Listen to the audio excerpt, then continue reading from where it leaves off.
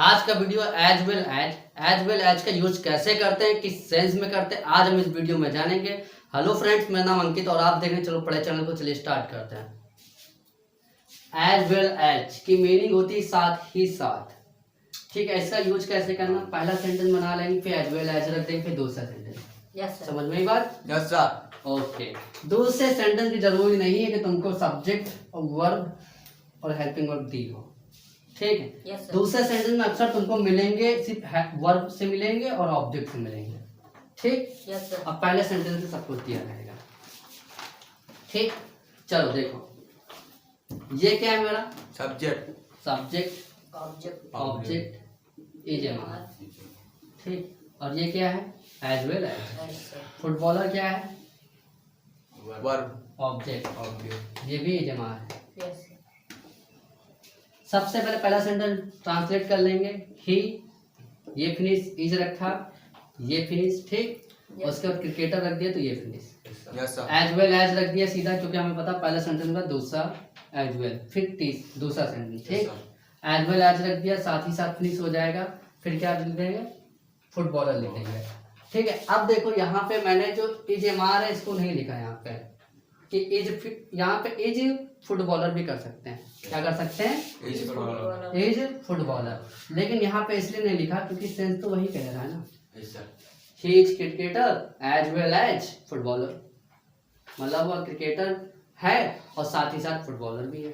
ठीक, अब देखो सनी चावल खाने के साथ ही साथ पानी पीता है।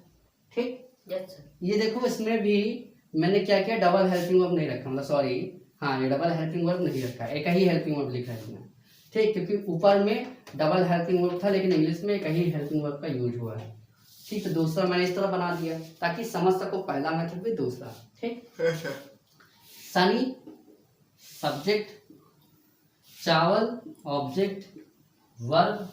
ठीक, और साथ ही साथ क्या हो जाएगा एज वेल एज, पानी पीना दूसरा ऑब्जेक्ट दूसरा वर्ब और ये इजेमार।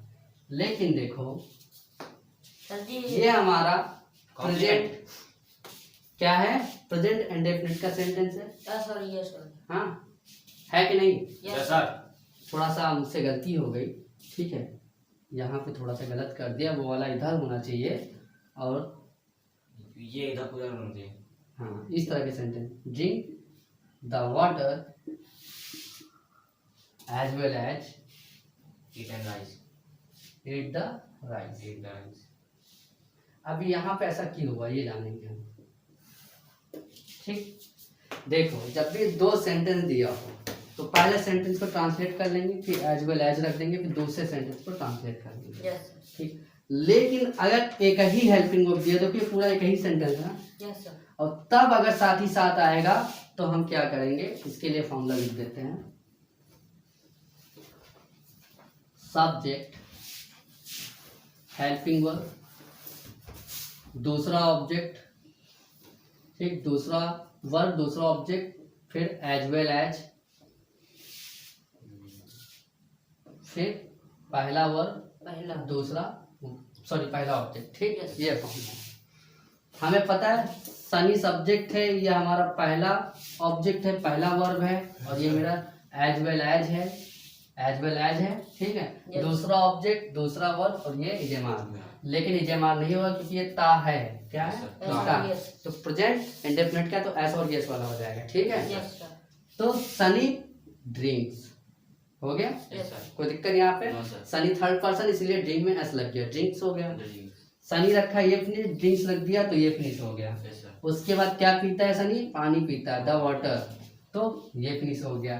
फिर उसके बाद एज वेल एज रखेंगे। कैसे रखेंगे मैंने बताया था, पहला क्या हुआ, सब्जेक्ट रखा, हेल्पिंग वर्ब होती नहीं है प्रेजेंट इंडेफिनिट में, अफर्मेटिव वाले में, तो हेल्पिंग वर्ब नहीं लिखेंगे, वर्ब में एस और यस रखेंगे, और किसको देख के, सब्जेक्ट को देख के।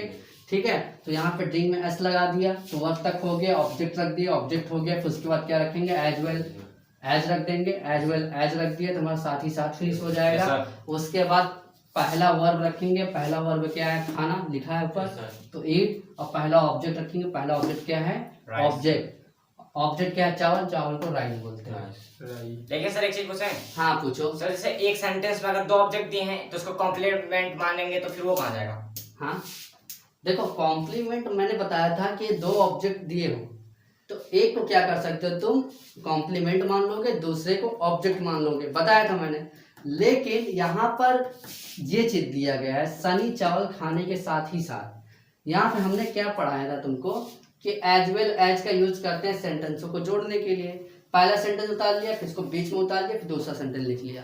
ऊपर वाला तो इजी निकला, लेकिन नीचे वाला कठिन निकला हमको, क्योंकि इसमें हम एक ही सेंटेंस में साथ ही साथ लगा दिए। तो एज वेल एज कैसे लिखा जाएगा? देखो सबसे पहले क्या करेंगे, इसको उतार लेंगे। ठीक, अभी मैं तुम्हारा कॉम्प्लीमेंट वाला बताता हूँ। फिर ये उतार लेंगे, इधर कर लिया। ठीक, उसको मैंने क्या मान लिया? ऑब्जेक्ट मान लिया और वर्ब मान लिया। कॉम्प्लीमेंट के लिए मैंने ये बताया था कि अगर दो ऑब्जेक्ट हो, एक सब्जेक्ट हो, तो एक सब्जेक्ट को सब्जेक्ट मानते हैं, दूसरे ऑब्जेक्ट को ऑब्जेक्ट मानते हैं, तीसरे को कॉम्प्लीमेंट मान लेते हैं, तो तीसरा वाला ऑब्जेक्ट होता है। फर्स्ट इंपॉर्टेंट हमेशा सब्जेक्ट कहलाता है, सेकंड हमेशा ऑब्जेक्ट कहलाता है, थर्ड हमेशा कॉम्प्लीमेंट कहलाता है। लेकिन इसमें देखो, सब्जेक्ट था, ऑब्जेक्ट निकला पहला, दूसरा ऑब्जेक्ट निकला। ठीक, और इसमें क्या पहला वर्ब निकला, दूसरा वर्ब निकला। लेकिन कॉम्प्लीमेंट तब माना जाता है जब एक वर्ब हो, दो ऑब्जेक्ट हो। इसमें दो वर्ब है ना, तो इसमें कॉम्प्लीमेंट मान लेंगे तो ये दूसरे वर्ब को क्या मानेंगे? कंफ्यूज नहीं हो जाओगे। तो तुम लोगों को बताने के लिए दूसरा ऑब्जेक्ट किया, दूसरा वर्ब किया। हमेशा कॉम्प्लीमेंट तब मानना जब तुमको दो ऑब्जेक्ट दिया हो और एक वर्ब दिया हो और एक सब्जेक्ट दिया हो। समझ में ही बात? समझ में आ गई बात? Yes sir. ओके, कोई दिक्कत यहाँ पे? No sir. यहाँ तक समझ में आ गया? Yes sir. समझ में आ गया ना? पूरा पूरा आ गया। नीचे देखते हैं, नीचे तुम पढ़ने के साथ ही साथ बोलते हो। सेंटेंस देखो हमेशा यहां से उठाया करो, जब भी कोई भी सेंटेंस हो यहां से उठाया करो और लास्ट का उठाया करो। लास्ट में क्या कह रहा है? ठीक, ये उठाया, लास्ट में क्या कह रहा है? ते हुआ है, तो प्रेजेंट इंडेफिनिट। ठीक, समझ में आई बात?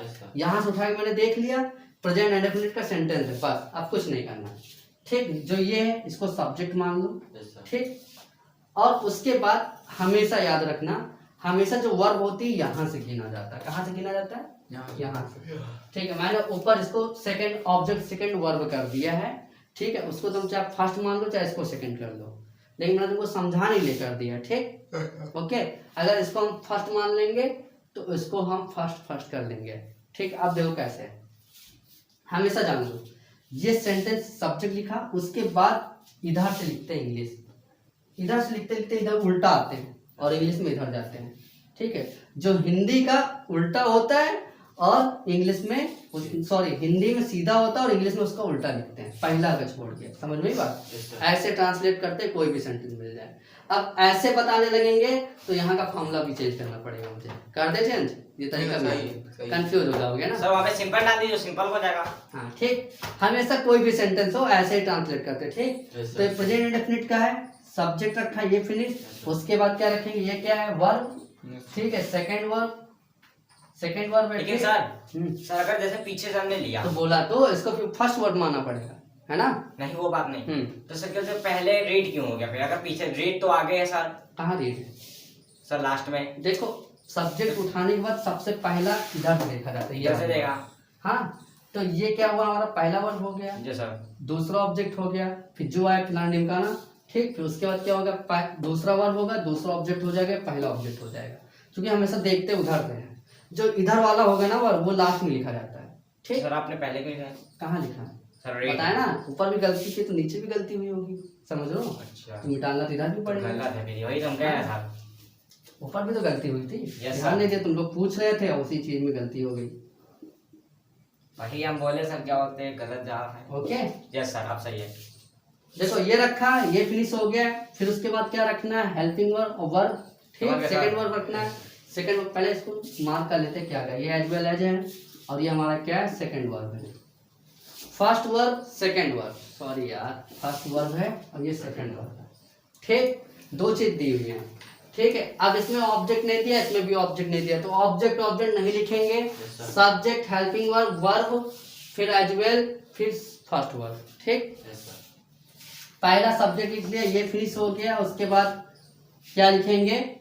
Helping verb. हमें पता है प्रेजेंट इंडेफिनिट में क्या होता है, हेल्पिंग वर्ब नहीं होती है अफर्मेटिव के लिए। और यू सेकंड पर्सन एस और यस नहीं लगेगा, तो बोलने को स्पीक बोलते हैं, स्पीक लिख दिए तो हमारा ये फिनिश हो जाएगा। ठीक, उसके बाद क्या रखना है, ऑब्जेक्ट, ऑब्जेक्ट दिए तो ऑब्जेक्ट नहीं लिखेंगे, फिर क्या लिख देंगे, as well as. As well as कर दिए तो साथ ही साथ फिनिश हो जाएगा। उसके बाद क्या लिखना है, वर्ब की first form, sorry first verb को लिखना है।